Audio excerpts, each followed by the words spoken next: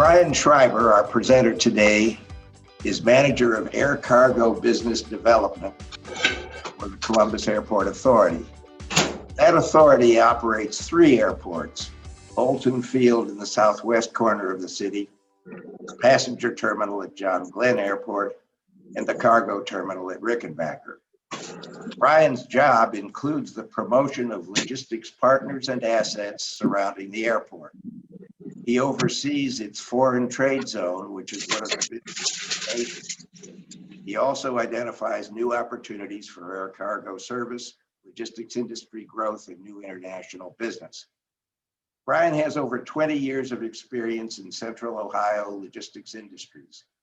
He has a Bachelor of Science in Aviation Management from OSU and has served as chair of the Air Cargo Committee of the Montreal-based Airports Council International. He's on the board of Columbus Regional Logistics Council and other industry groups.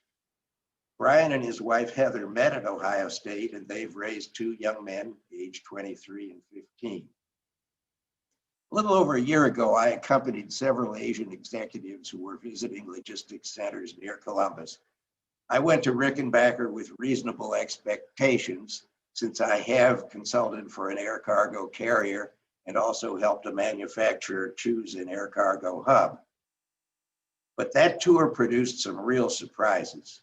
I predict that you too will be surprised when you learn what Bryan tells you. Please give a Rotary welcome to Bryan Schreiber.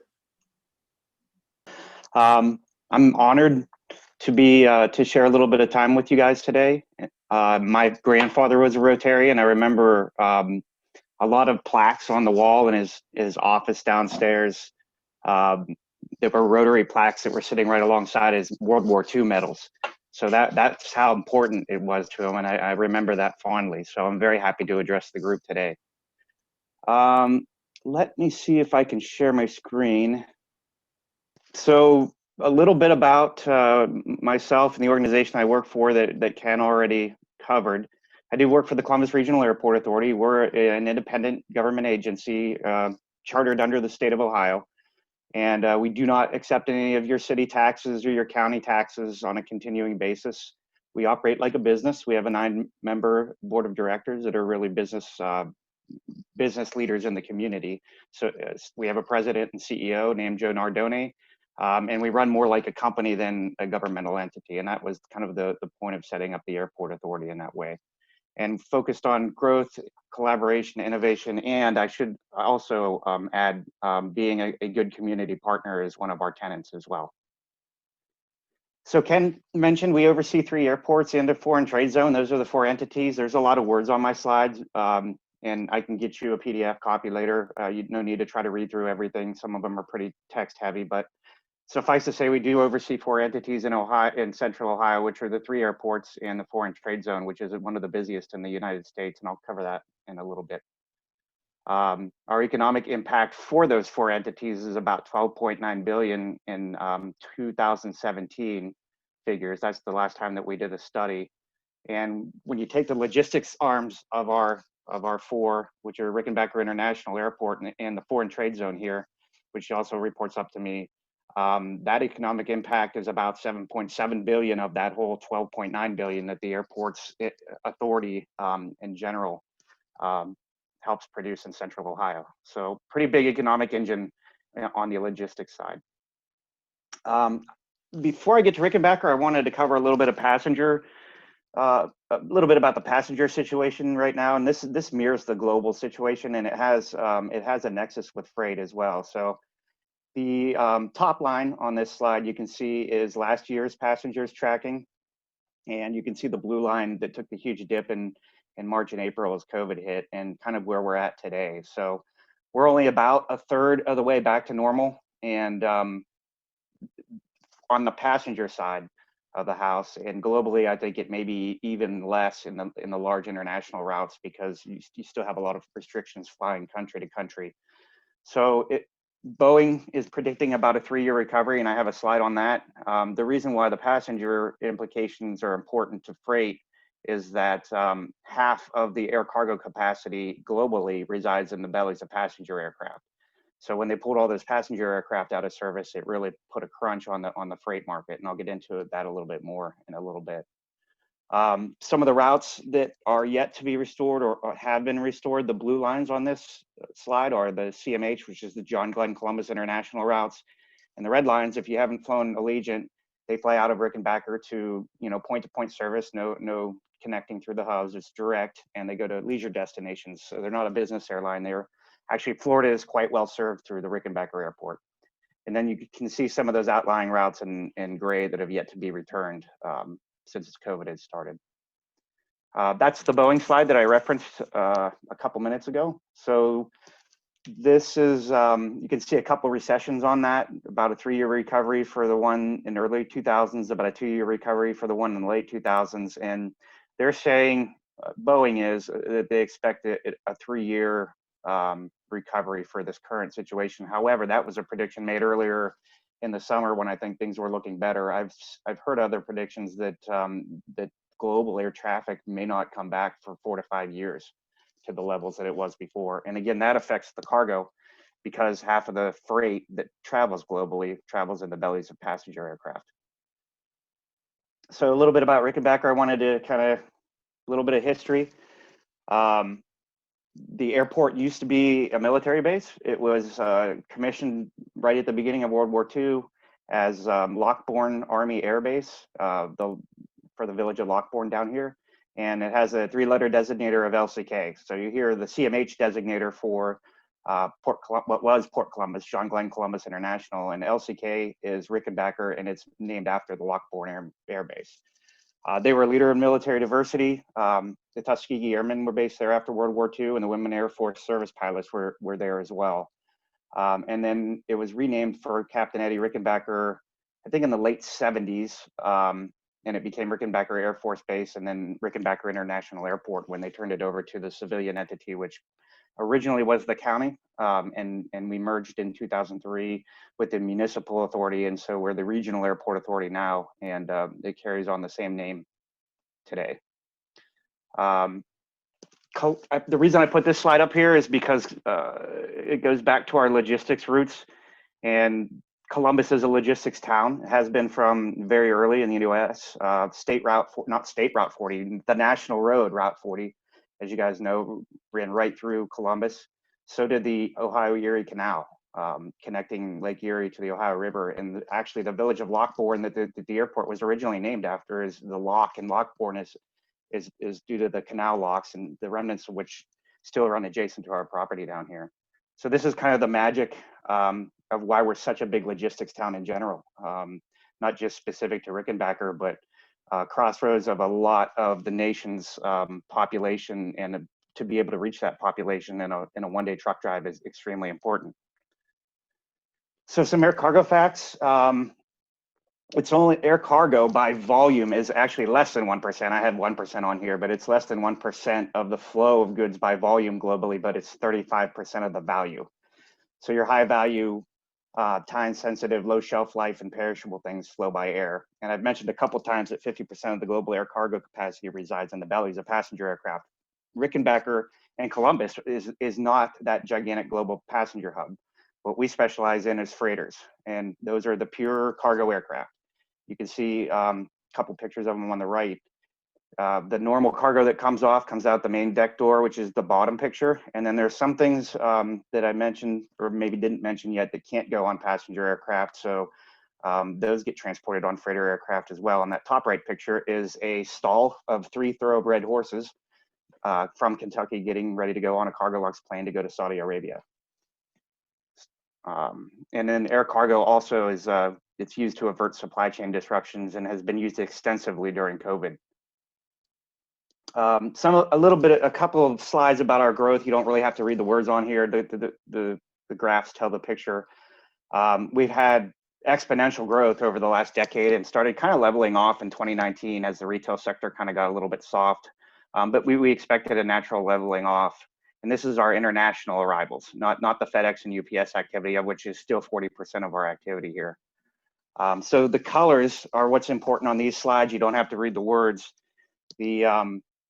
Prior to 2013, when we started having our international growth, in freighter traffic, it was primarily FedEx and UPS. It was 90% FedEx and UPS. So the reds are your package traffic, and the greens are your international general air freight operators. So back in 2012, 90% FedEx and UPS. Fast forward to 2019, it was about 60-40, 59-41. And you can see the greens that filled in are the international freighter operators that you saw a picture of one of them on the previous slide. So the reason for that growth, and by the way, FedEx and UPS didn't reduce substantially. That was the growth of the airport was due mostly to, well, all of the growth of the airport was due to our international traffic. And the reason for that is prior to 2013, we were only a charter airport, which was basically L brands flying in a couple of freighters out of Hong Kong a week, maybe about 150 a year. And it was a closed system. It was only for their transportation. So nobody else rode on board. They had a change in thinking and in collaboration with us and the good folks at what was Columbus 2020, Kenny McDonald's shop, now One Columbus. We collaborated to open up that market and go out and seek other shippers that would ride aboard those planes, and so we were able to grow our international traffic very quickly because of that partnership. However, and I put this up because it was something that was very poignant that was said in another Zoom webinar that I was on. Last year doesn't exist. We were on this webinar and we were struggling to benchmark not just cargo, it was a logistics webinar. We were struggling to benchmark numbers. How are we going to benchmark numbers? And one of the gentlemen on the call said, folks, last year doesn't exist. And that's true. It's a new world right now. And you're doing benchmarking, at least in the space that I operate in, it's kind of, we start from this year. So I thought that was very poignant. That's why I put that on here. So what's going on this year? We're kind of in the market turned upside down when all that passenger air freight capacity came out of the global marketplace. They started redeploying freighters all over on ad hoc on where the most critical supplies were being needed to go or come from. When the production dropped off, Asia was the first to be hit by COVID. So all of our producers of products over there in Asia shut down first. And that kind of shut down the pipeline of air freight coming out of Asia. Shortly thereafter, we shut down. But in the midst of that, things were happening like some auto suppliers had a lot of product that was actually warehoused in Asia or in other parts of the world. And I essentially call it evacuated it stateside so that they could keep their production lines going, which we know eventually did shut down. But early on in COVID, there was a lot of flights of auto parts coming into Rickenbacker to support some of the regional manufacturers. That was followed by a lull, and then the PPE transportation. And you've probably heard of the FEMA flights, which those were the big things in the news. But there were multiples. I think we received somewhere between 25 and 30 FEMA flights, but we received hundreds of other what I'll call private industry flights moving PPE through Columbus to the region. And that pushed our international traffic into record territory in June temporarily. And then when that waned and all those orders were fulfilled, we had another lull. So it's been a roller coaster ride. Some other things that are happening is when that 50% of the global air cargo capacity came out of the market, when all these countries shut down and the planes were parked, airlines became very entrepreneurial, very responsive to the market, and they started actually putting freight in the seats of passenger planes and flying them as kind of mini freighters.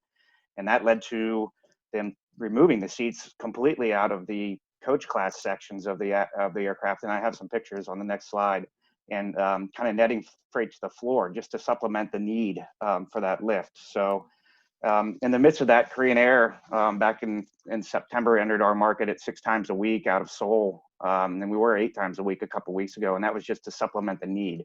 We're now seeing a retail peak, a traditional warehouse stocking peak, which was a little late this year. There was no back to school sales and no back to school clothing purchases because all the kids were out of school, and then all of a sudden everything started to hit in September and October.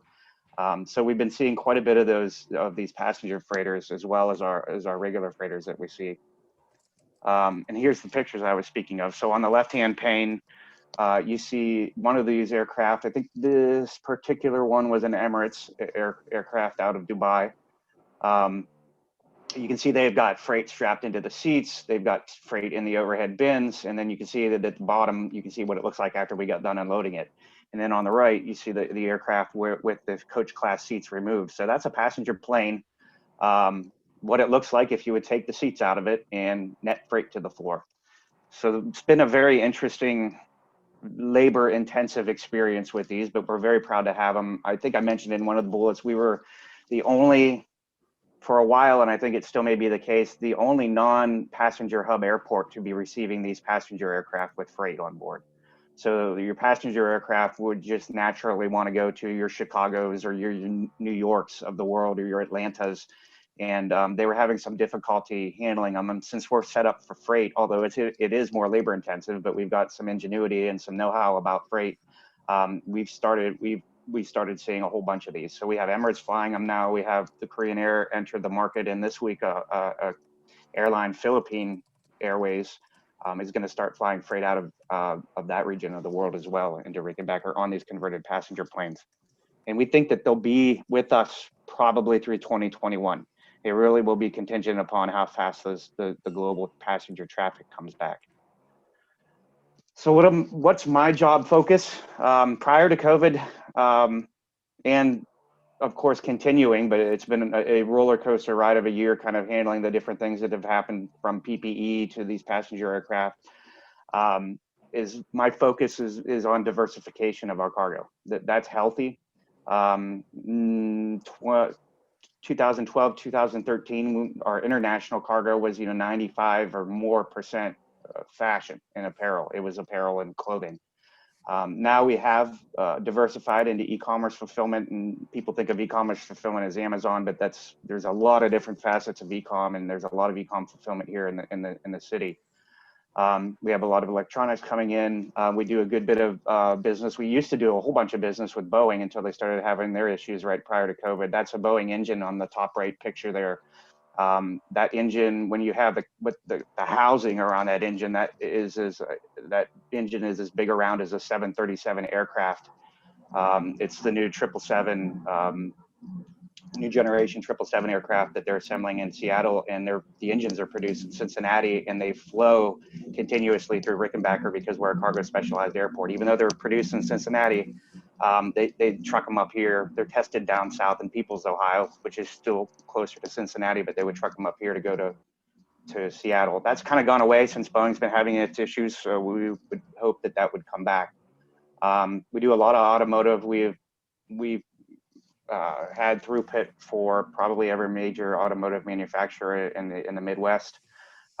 We're certified as a livestock export station right now. You can see a couple of horses in those air stalls at the bottom, and we're applying for import status. There are only, because of the quarantine requirements for livestock coming into the United States, the United States Department of Agriculture only currently allows 4 import quarantine stations, and that's New York, Chicago, Miami, and LA. You'd think maybe there'd be one in Texas or out west somewhere, but there's not. We are going to make a run at that, and we have a partner that could potentially be building an import quarantine station just off airport and some of the farmland adjacent. And then the last thing is healthcare and pharmaceuticals. So this was an important vertical for us to tackle even before COVID in this diversification effort. And I don't want to make an announcement, but we are in about a 50% heading towards 80% design review on an air cargo pharmaceutical handling facility that will be opened in Rickenbacker in 2021. Now, this was a project that started before COVID. It's important because we have a lot of pharmaceutical manufacturing in the region, and we can serve that vertical as well. So I'm excited about that, but I don't want to make any announcements just yet until we have maybe a contract for construction underway. But it's been green lighted by our management. Our president was very up on the notion and said, get it done. So even in this time when budgets for airports are very much they've been very much harmed by the drop off in passenger traffic, we're forging ahead, being innovative, and it's really ultimately to serve our end customers. And I should also mention there's not another one of those type of handling facilities for pharmaceuticals in the state of Ohio. So it'll be a first for Ohio as well. And then preparing for vaccine transport. This is a big topic in the industry right now. What's going to happen? There's been some news out there that it'll take 8,000 747 flights to transport vaccines around the world. There's conflicting reports. It really depends on where it's going to be manufactured and where it needs to go to. And some of those early vaccines could be hitting the air, could be hitting the air transport industry as early as 3 or 4 weeks from now. I stole this slide from a industry working group that we're plugged into. I'm plugged into a couple of them, and it was supposed to be proprietary, but I stole it and for your benefit. And the blue dots, which aren't very well, they don't stand out very well on the map, but those are the potential manufacturing sites that they think that the vaccines could come from. So you can see that within the United States, the cluster of them is all east of the Mississippi. There's a cluster in Europe, there's a cluster in India, and then there's a cluster in China. But the information on the handling characteristics of this, who's going to be transporting it, a lot is being closely held by the vaccine companies, and we are engaged with them through our industry groups, pressing them for more information. But due to the proprietary nature of it, it's just not a lot of detail coming out right now. But we're all preparing for it, and we've got some contingency plans in place as well. The first ones will probably go by your FedExes and your UPSs, and I'm sure that they'll make a big deal out of it, but they're not really expected to see a full swing of vaccine transportation until probably the about the middle of 2021 or the third quarter of 2021, when production will really ramp up. And then lastly, I just wanted to kind of touch on the foreign trade zone a little bit. It helps companies really keep their operations in the United States. So you can, if you're bringing product into the United States to re-export, it's like it never entered the United States. There's customs fees and duties, which are essentially taxes, and then you hear about the tariffs that are levied on foreign products.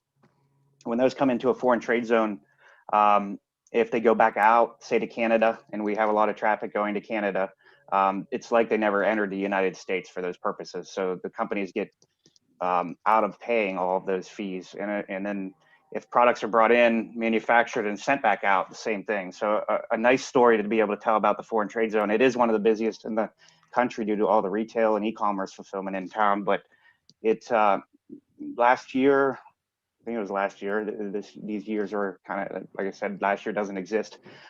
When the tariff wars were going on and the steel and aluminum tariffs came on really heavily, we had a manufacturer in Noble County, which actually isn't in this in that shaded area as our catchment area or our administrative area for the foreign trade zone. But they didn't have a sponsor, and they came to us and said, we're going to have to shut down operations if we can't deal with these tariffs. And what they were doing is it's a company that makes your lined aluminum products, like a sandwich wrapper that you would get from a fast food restaurant, or the inside of a Pringles can. I think they do those as well. So that real thin aluminum on the inside of your Pringles can, the type of aluminum that it was, they could not source it from anywhere except for China. Nobody else in the world made it.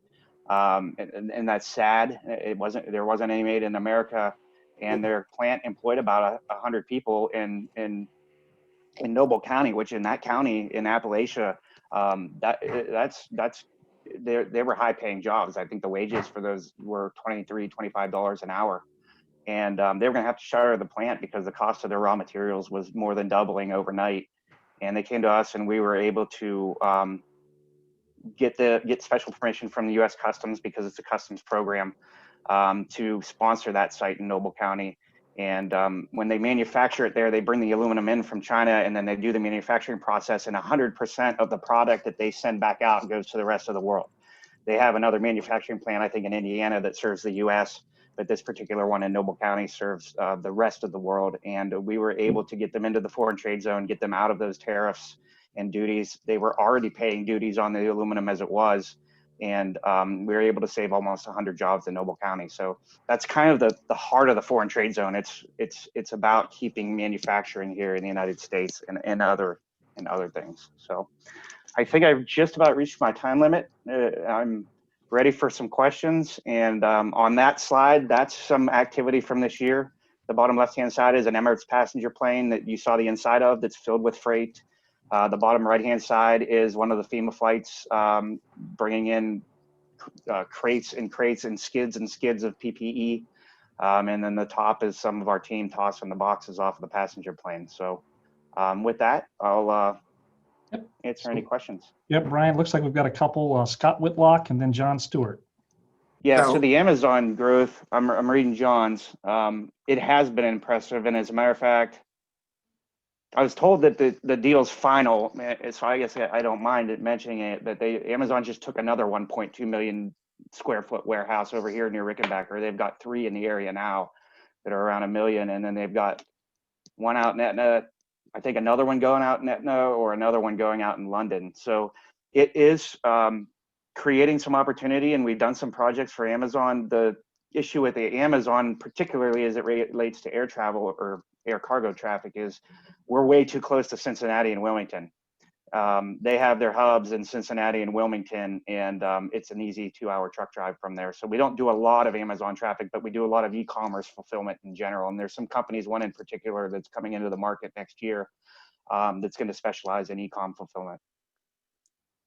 Plans to improve truck traffic to and from Rickenbacker. Yes. So if you've been down here in the last few weeks, there are actually a lot of projects going on, and we have really great people at the Mid-Ohio Regional Planning Commission that have done a Rickenbacker study.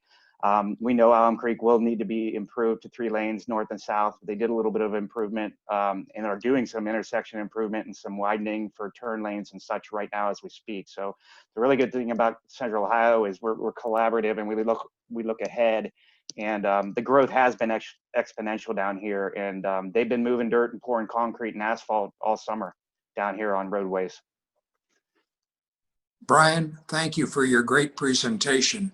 I believe that the former Strategic Air Command base in Wilmington, Ohio, actually became a cargo airport a bit before Rickenbacker. To what extent do you compete with it? Right now, it is, so that was what was a DHL operation. DHL bought the company that operated out of there. They moved the whole operation to Wilmington. And then not very long after that, they moved the whole operation back to Cincinnati, where it began. So Wilmington right now serves as, I believe, the night hub for Amazon. Amazon is building out a hub in Cincinnati in conjunction with DHL. And if you asked me, I would say at one point in the future, Amazon's probably going to own DHL. They're going to own somebody.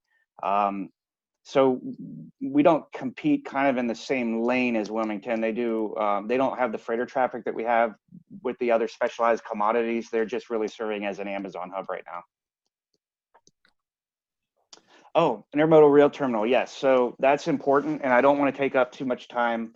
So one of the secret things, the secret sauce we call it, that makes Rickenbacker so successful is you can get your air, your ocean, and your ground transportation services all in one geographically concentrated area, plus foreign trade zone services as well. So when I said, the air cargo is 1% of the volume of global trade, the rest of that is ocean.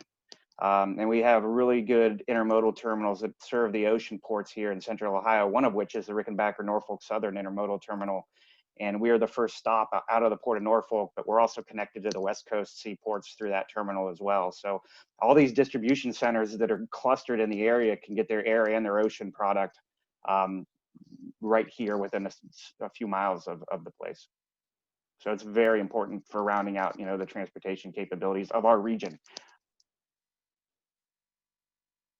Anything else? Looks like Rick Studer had a question about, among all the similar airports around the world, how would you characterize Lockbourne's brand reputation? It's preceding us now, which wasn't always the case. I remember being in Taipei in about 2012, talking to one of the airlines there. And back then, it was only a charter airport for L brands. And the airline I was speaking to said, "We love your airport. We know about its capabilities, but we can't use that airport because we don't provide transportation services for L brands." And I thought, oh boy. And shortly thereafter, we worked in collaboration with them to turn that around. So now our brand reputation does precede us.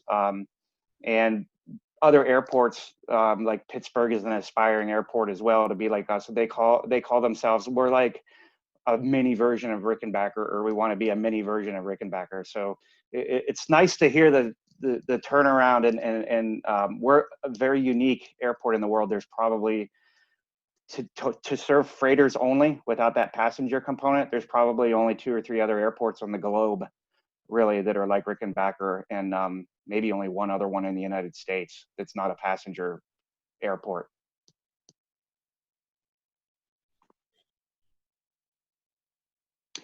Uh, 10th largest, how do we get, oh, for the foreign trade zone? I don't know if Anthony is talking about foreign trade zone or in general, but for the foreign trade zone, we're about 7th out of 195. So we're actually more than in the top 10.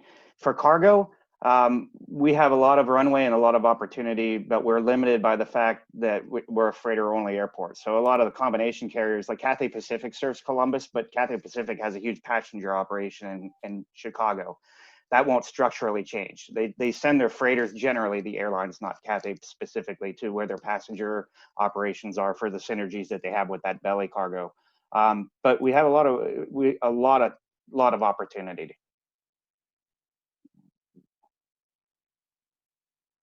Charter to Taipei for Rotary International. I actually would rather go to Singapore. I haven't been there yet, but I have a lot of friends that live in Singapore, and I hear all kind of beautiful things about it. And I need to find a business need to get there, and the global production is moving that way. So I think I'd rather go to Singapore. I've been to Taipei a couple of times. Career opportunities. Yes, yes, there are, and we have internship programs as well. As a matter of fact, that how I became affiliated with the airport environment is I did an internship at what was then Port Columbus, now John Glenn Columbus International, when I was at Ohio State. Brian, I have a question again. Yes, sir. This is John Stewart. Good to see you. John, good to see you too. I'm going to ask this question on Mimi's behalf. Is Ethiopian Airlines on your radar screen at all? They were flying into here a little bit. They're an interesting airline. They have some unusual rights. Treaties between countries dictate where air carriers can fly, and they did some freighter operations actually out of Vietnam, not out of Ethiopia, but out of Vietnam into here a couple of years ago. So they are on our radar, and we know them. They're kind of an infrequent user.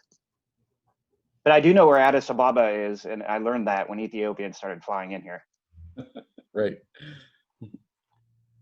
All right. So our last question, Brian. George Kuhn asked, any charter services scheduled for Cancun this winter or any other tourism destinations? So that's an interesting thing. The passenger airlines are chasing passengers, and right now the passengers want to go anywhere that they can get away with that isn't restricted. And a lot of that is the southern US. I believe either United or American is starting Cancun service out of John Glenn Columbus. I have a counterpart on the passenger side, which I'm fortunate to have, and I know that we do have Cancun service out of Columbus. We don't have it out of Rickenbacker. Allegiant doesn't fly to Cancun, but 1 or 2 of the air carriers are going to be doing Cancun service out of John Glenn. Okay. Thanks, Brian. Hey, great presentation. I see a lot of positive comments. Really appreciate good information. I had no idea how much cargo was stored in the belly for the passenger jet. So that's really interesting tidbit. So thanks for sharing. Thanks, Ken, for having Brian. And we'll catch you again and get an update maybe in a couple of years when things start to turn around. Thank you. Thank you. It's been a pleasure. We appreciate it. And we are adjourned. Have a great week.